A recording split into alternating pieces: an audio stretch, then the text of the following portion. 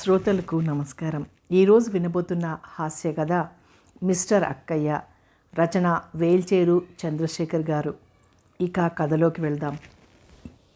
మా అక్కయ్య గురించి చెప్పాలంటే చాలా ముచ్చటేస్తుంది. ఎందుకంటే అక్కయ్య వ్యవహారమే అంతా. అక్కయ్యకి అలంకారాలుగా చెప్పుకోదగ్గవి చాలా ఉన్నాయి. అన్నింటిలో ముఖ్యమైనది మృష్టాన్న భోజనం. బావయ్య అక్కయ్యకి తందాన తాన. ఆవిడ రుచిగా తింటే తనకి రుచులు తగులుతాయని బావయ్య గారి ఆశ. బావయ్యకి అక్కయ్య లేనప్పుడు కొండంత ధైర్యం, మెరుపంత సెన్స్ ఆఫ్ హ్యూమర్ లోపల నుండి తన్నుకొచ్చేస్తాయి.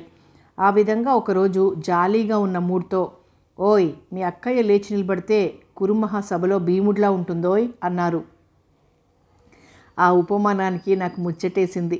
కానీ నా ముచ్చటిని కనిపెట్టి విచారంగా మొహం పెట్టి, చేతిలో గదొకటే తక్కువై అన్నారు బావయ్య. నేను నవ్వుదామనుకుంటుండగా అక్కయ్య వచ్చేసింది. దాసరివాడి ఆలోచన ముష్టితో సరి అన్నట్టు, ఏమిటి మీ అవకతవక ఆలోచనలన్నీ మా వాడి బుర్రకు పట్టిస్తున్నారు అంది. బావయ్య గారు గాబరా పడిపోయారు. అబ్బే అదేం లేదు, నువ్వు మీ అక్కని అక్కయ్య అంటావు కదా, నన్ను ప్రత్యేకం బావగారు అనడం ఎందుకు, బావయ్య అనవోయ్, బ్యాలెన్స్డ్గా ఉంటుంది అంటున్నాను అంతే అన్నారు సమయస్ఫూర్తిగా.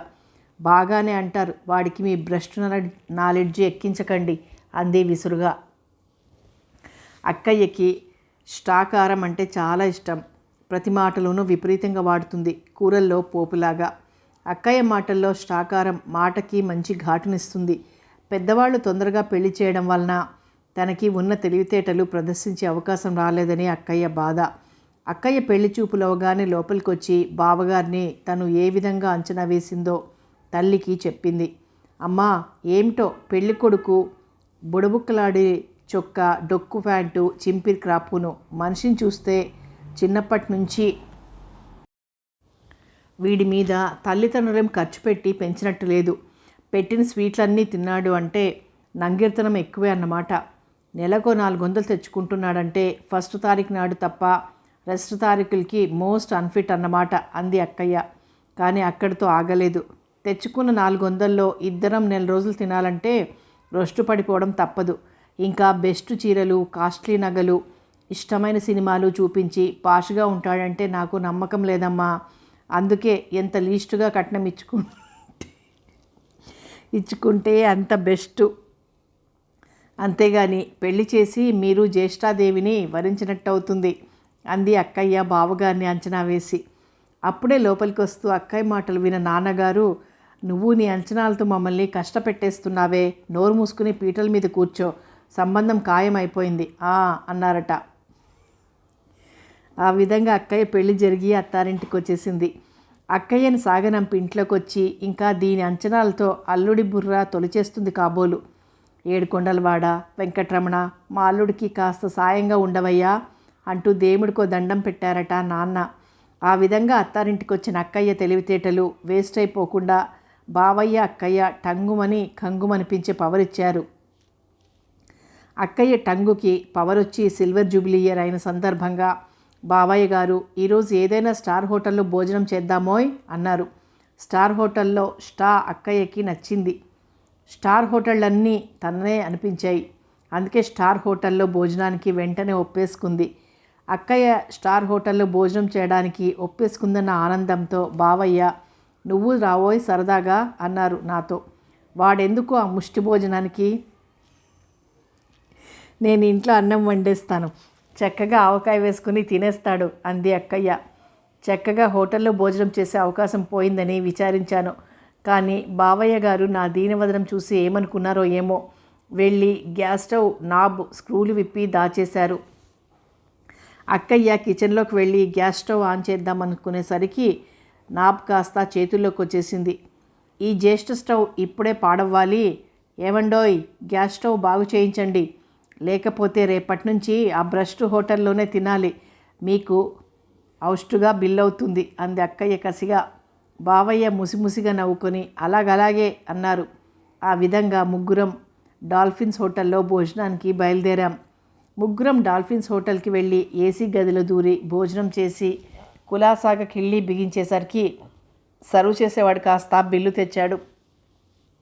అక్కయ్య కిళ్ళి తమ్మిని బుగ్గకు పెట్టి, ఈ ముష్టి భోజనానికి ఎంతుంచుకుంటున్నాడు వాడు, 10 25 అంది ప్రాస దెబ్బ తినకుండా. ముగ్గురికి మొత్తం 225 రూపాయలు అన్నారు బావయ్య కిళ్ళి నములుతూనే. వీళ్ళిద్దరిని చూస్తుంటే నాకు మద్రాసు నడిగడ్డ మీద ఉన్నట్టు అనిపించింది. వెంటనే ఆరుద్రగారి కూనలమ్మ పదాలు జ్ఞాపకం వచ్చాయి. తమలపాకులు నములు, దవళతో మాట్లాడు, తానే వచ్చును తమిళు. ఓ కూనలమ్మ అన్నారాయన. నే కూనలమ్మ తలుపుల్లో ఉండతానే కథ చాలా దూరం పోయింది. అక్కయ్యకి కోపం వచ్చింది. నోట్లో కిళ్ళి తుక్కులా అనిపించింది.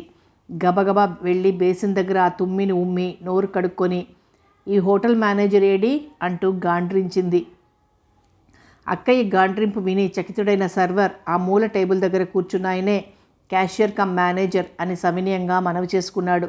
నంగనాచి నంగముళ్ళు అన్నట్టు, ఆ మూల నక్కాడా మీ మేనేజర్ అంటూ బిల్లు తీసుకుని మేనేజర్ దగ్గరికి వెళ్ళింది అక్కయ్య. అక్కడికి వెళ్ళేసరికి మేనేజరు 3 స్టార్ల కొలతకు సరిపోయేంత వినయం వలక పోస్తూ లేచి నిల్చున్నాడు. అక్కయ్య మేనేజర్ వినయాన్ని గమనించలేదు. బిల్లుని మేనేజర్ టేబుల్ మీద పెట్టి, ఇదేమిటి అంది.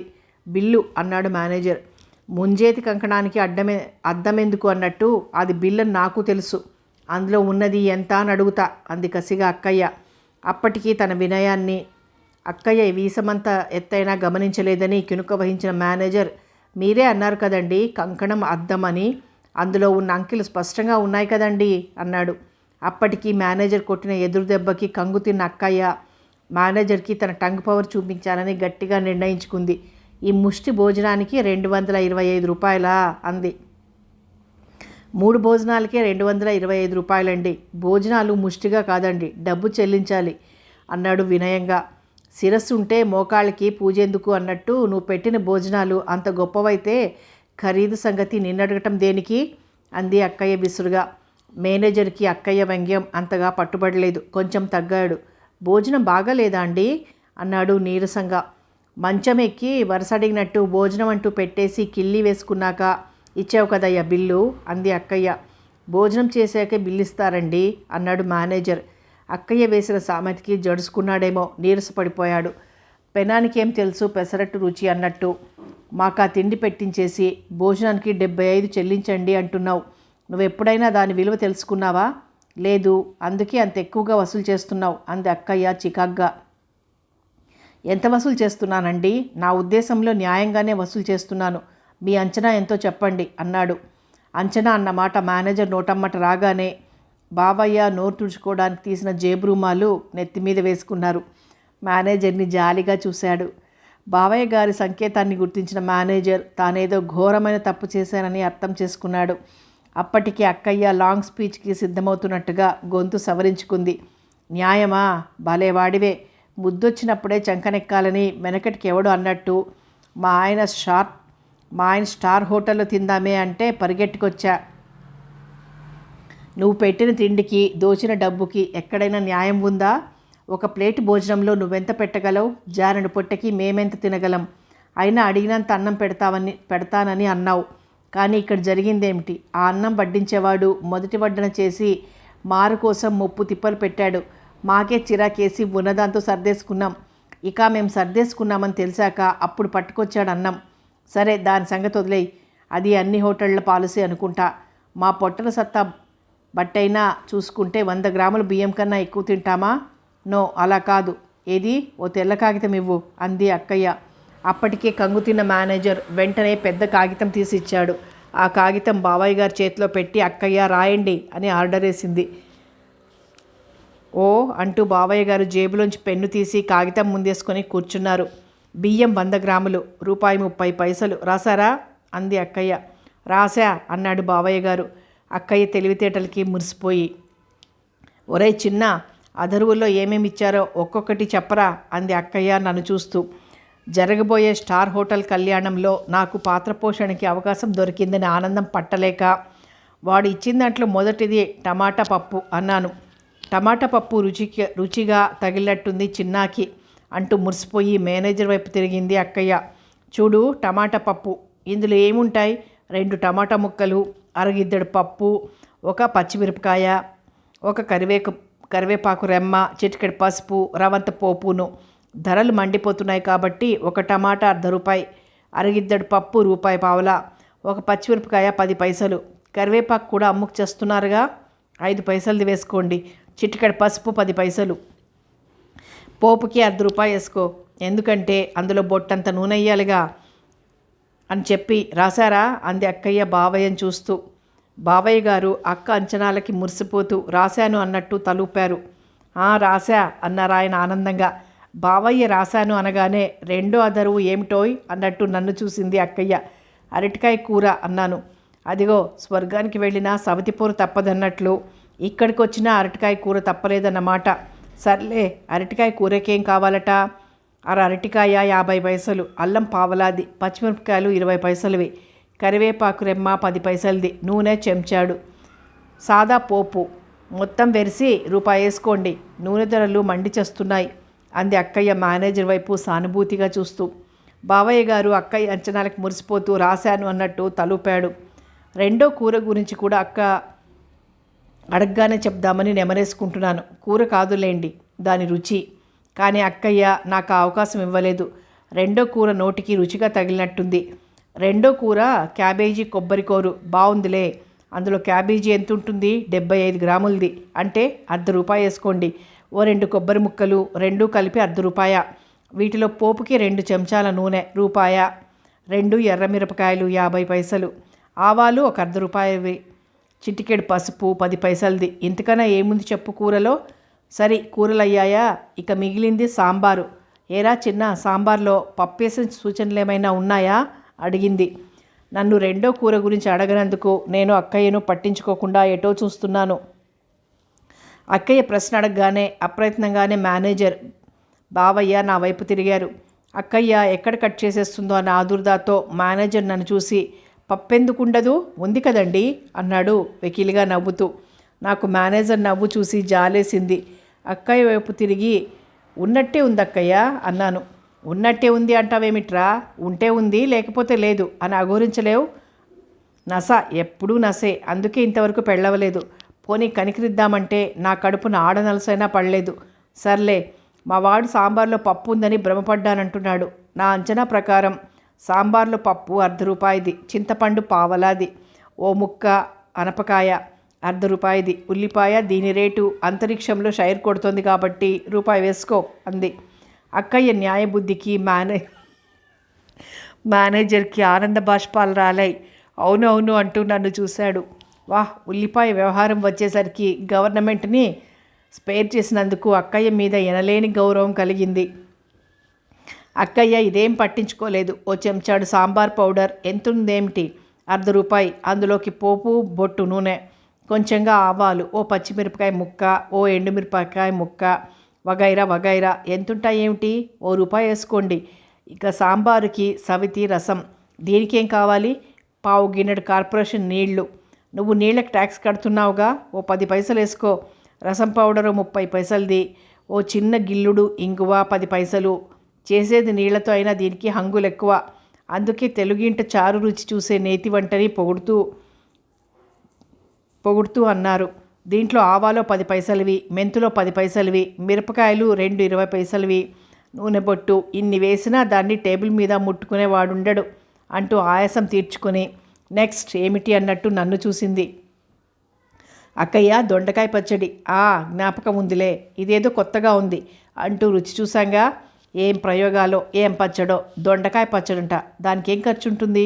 3 దొండకాయలు, 3 20 పైసలు. అందులోకి చింతపండు, పోపుకి ఆవాలు, 2 బొట్ల నూనె, అన్నీ కలిపి ₹1 వేసుకోండి. ఇంకా పెరుగుకి ₹1 వేసుకోండి. తర్వాత గుడ్డ ముక్కలా ఉన్న అప్పడం ఓ పావలా, ఓ జ్యూస్ ఇచ్చావు కదూ, 4 ద్రాక్ష పళ్ళు, అర గ్లాసు నీళ్లు, చెంచాడు పంచదార, అన్నీ కలిపి ₹1.50. పంచదార అంటే జ్ఞాపకం వచ్చింది. పై పదార్థాల్లో చవి గురించి ఎక్కడా అనలేదు కదా. వెయ్యండి. వీటన్నింటిలోకి పావలా ఉప్పు.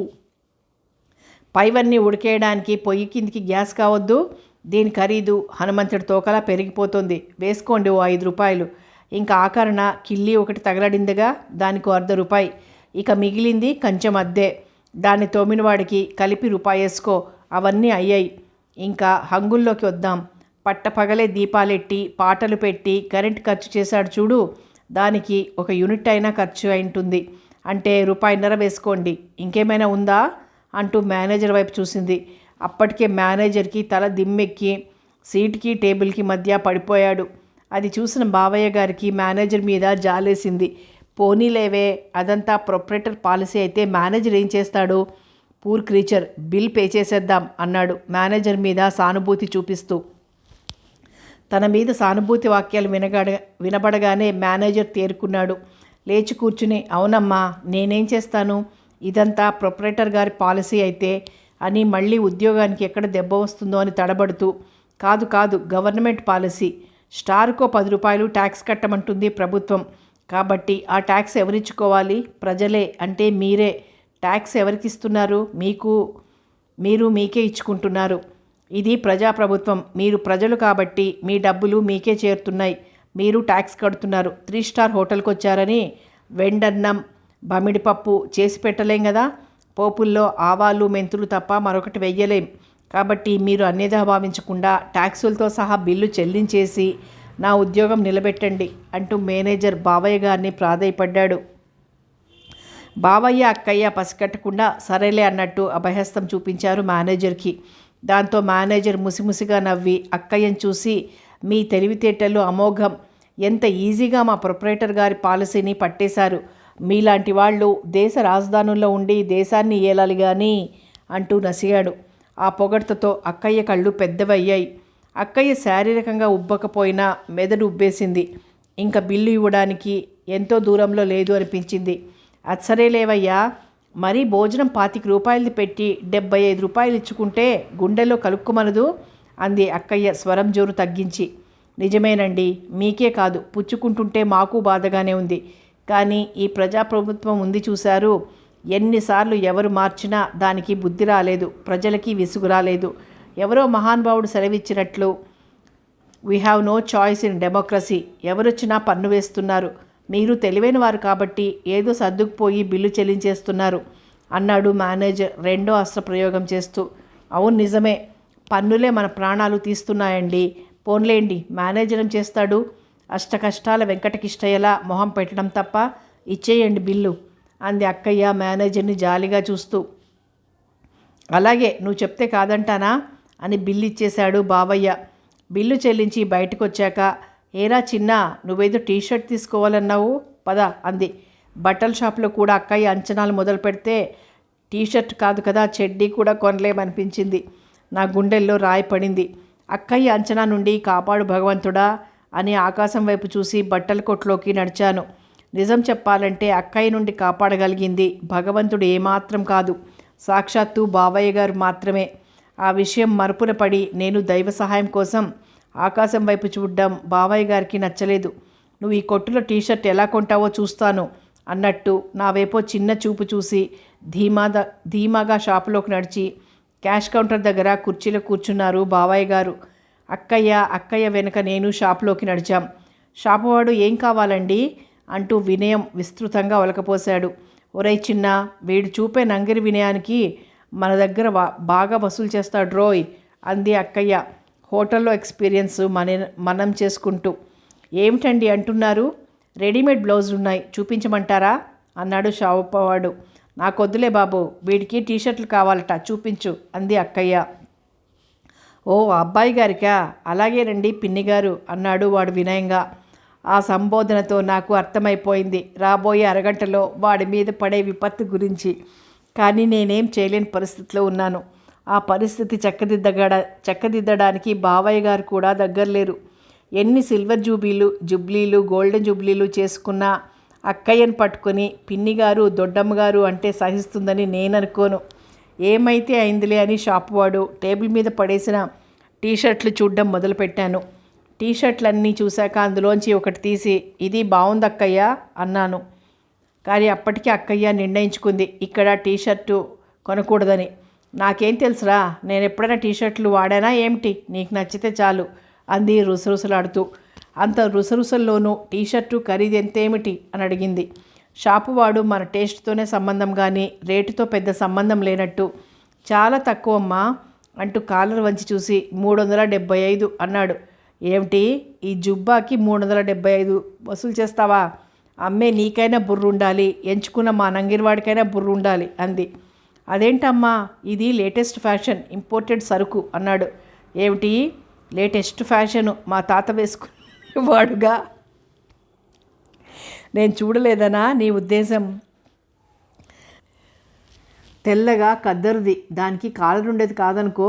ఇక్కడ జేబు గుండెల మీద ఉంది, దానికి జేబు చక్కగా మా తాత బొజ్జ పక్కన ఉండేది. 10 రూపాయలు గుడ్డ ఖరీదు, కుట్టు కూలి 5 రూపాయలు. టీషర్ట్ అవరా? ఇదేదో కొత్త వస్తువు మాకు చూపిస్తున్నట్టు మాట్లాడతావేమిటి అంటూ దీర్ఘం తీసింది అక్కయ్య. అది అప్పటి సంగతి, అప్పటికి ఇప్పటికీ తేడా లేదా? అది కద్దరు, ఇది ఎక్రిలిక్ ఫైబర్, చాలా తేడా ఉంది అన్నాడు షాపువాడు అక్కయ్య మాటలకి ఉడుక్కుంటూ. సరేలే, ఆ రోజులకి ఈ రోజుకి తేడా ఉందని ఒప్పుకున్నా కానీ ఇంత తేడానా? ఈ టీషర్ట్కి ఎంత గుడ్డ పడుతుంది? గజంన్నర. గజం 50 రూపాయలు వేసుకున్న గుడ్డ ఖరీదు 75 రూపాయలు. పొద్దున గుడ్డ కొని మా పక్కింటి సాయిబు టైలర్కి ఇస్తే మధ్యాహ్నం ఫటాఫట్ కట్ చేస్తాడు, సాయంకాలం టకటకా మిషన్ తొక్కేస్తాడు, రాత్రికల్లా టీషర్టు రెడీ. కుట్టినందుకు 25 కుచ్చుకుంటాడు, బతిమాలితే 5 తగ్గిస్తాడు. ఎంత చచ్చినా టీషర్ట్ విలువ 95 మించి ఉండదు. నువ్వేమో 375 వసూలు చేస్తున్నావు.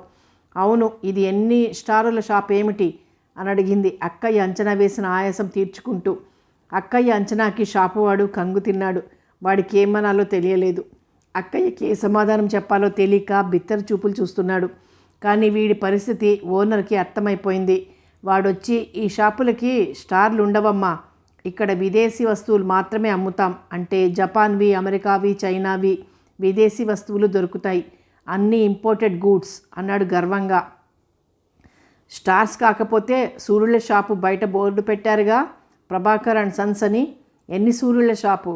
3 సన్లా 5 సన్లా ఎన్ని? అందుకే స్టార్ హోటళ్లలో రేట్ల కన్నా విపరీతంగా ఉన్నాయి. 1 సన్ ఎండే భరించలేం, 3, 5 సన్స్ అయితే మంట పుట్టదు. అయినా ఇండియాలో షాప్ పెట్టి విదేశీ వస్తువులు అమ్మడం ఏమిటయ్యా? రాక రాక అప్రాచుల షాపుకి తీసుకొచ్చావేమిట్రా? పద పద అంటూ నా చేయి పట్టుకుని బయటికి తీసుకొచ్చింది అక్కయ్య. నేను దీనంగా బావగారి వైపు చూశాను. అంతే, బావయ్య గారి హృదయం కరిగిపోయింది. క్యాష్ కౌంటర్ నుండి లేచి అక్కయ్య చూడకుండా నా జేబులో 200 పెట్టారు. ముగ్గురం పేమెంట్ మీద ఉన్నాం. బావయ్య అక్కయ్యను చూస్తూ, చూడవే, అన్ని విదేశీ వస్తువులు షాప్లో పెట్టాడా? ఇండియా వాళ్ళెవ్వరూ కొనడం లేదట అన్నాడు. అక్కయ్యకి ఆనందం వేసింది. విదేశీ వస్తువులు, పైగా 3 సూర్యుల ఎండల్ని మరిపించే ఖరీదులును, మా బాగా అయింది అంది. ఖరీదులా అని బావయ్య గారు ఆశ్చర్యపోయి, లేదే, ఎవరు కొనడం లేదని 50% డిస్కౌంట్కి అమ్మేస్తున్నాడు వస్తువులన్నీ అన్నారు. మరి ఆ మాట వాడు చెప్పలేదేం అంది ఆశ్చర్యంగా. వెంటనే బావగారు, నామోషి పడ్డాడు కావాలను, నీకు చెప్పలేదు, నాతో చెప్పుకొని బోరున ఏడ్చాడు అన్నారు. అలాగా అంది అక్కయ్య. ఒరే చిన్న, టీషర్ట్ ఎంతరా అని నన్ను అడిగారు బావయ్య. 375 అన్నాను. మీ అక్కయ్య ఎస్టిమేట్ ప్రకారం ఎంత ఉండాలి? 95. అది షర్టు ఖరీదు. కానీ జపాన్ నుండి ఇక్కడికి తీసుకురావాలా? స్టీమర్ మీద వచ్చి ఉంటాయి, దానికో 50 వేసుకో. షాపువాడు వాళ్ళందరినీ పెట్టుకున్నాడు కదా, వాళ్ళకి ఓ 20 వేసుకో. మరి షాపువాడు మరియు 2 సన్స్ వెరసి ముగ్గురికి కలిపి 3 పదులేసుకో. మొత్తం షర్టు ఖరీదు 195 అయింది. కానీ వాడు దాన్ని 375లో సగం 187.5కే ఇస్తున్నాడు. అంటే నీ అంచనాకి ఇస్తున్నాడు. ఏమంటావు అన్నారు బావయ్య గారు అక్కయ్యని సమాధానపరుస్తూ. ఏమంటాను, దమ్మిడి ముండకు ఏగాని క్షవరం అంటాను అంది అక్కయ్య. మరి ఫారిన్ వస్తువులంటే అంతే మరి. ఒరే చిన్న, ఈ 200 పట్టుకెళ్ళి ఆ షర్టు కొనుక్కొచ్చుకో అన్నాడు బావయ్య నాకు 200 ఇస్తూ. ఆ 200 పుచ్చుకున్నాను. కానీ బావయ్య గారి ఉద్దేశం బోధపడలేదు. అక్కయ్య ఇద్దరి వ్యవహారం నచ్చక అటు పక్కకి తిరిగి నిలబడింది. అక్కయ్య చూడకుండా జేబులో డబ్బులు ఇవి కలిపి టీషర్ట్ కొనుక్కోమన్నట్టుగా బావయ్య గారు సైగ చేశారు. నేను హుషారుగా ఈల వేసుకుంటూ షాప్లోకి నడిచాను. మిస్టర్ అక్కయ్య కథ సమాప్తం. మరో మంచి హాస్యకథతో మళ్ళీ కలుద్దాం.